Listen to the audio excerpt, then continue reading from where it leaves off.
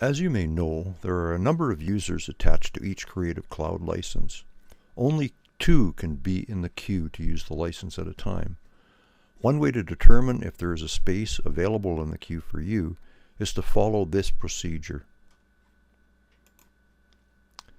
Right-click on the Start icon in the lower left corner of the Windows 10 screen. Left-click on File Explorer from the pop-up menu.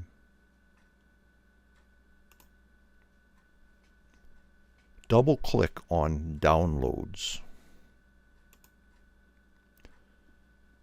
Find a PDF file in your downloads. Right-click on the PDF file and choose Open With, then choose Adobe Acrobat DC. One of 2 things will happen.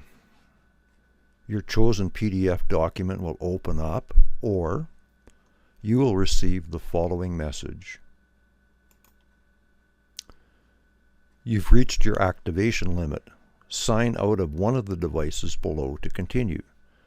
Acrobat DC can only be activated on 2 devices simultaneously.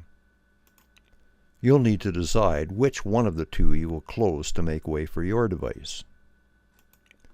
Once you click Sign Out, you will see that your device is now activated.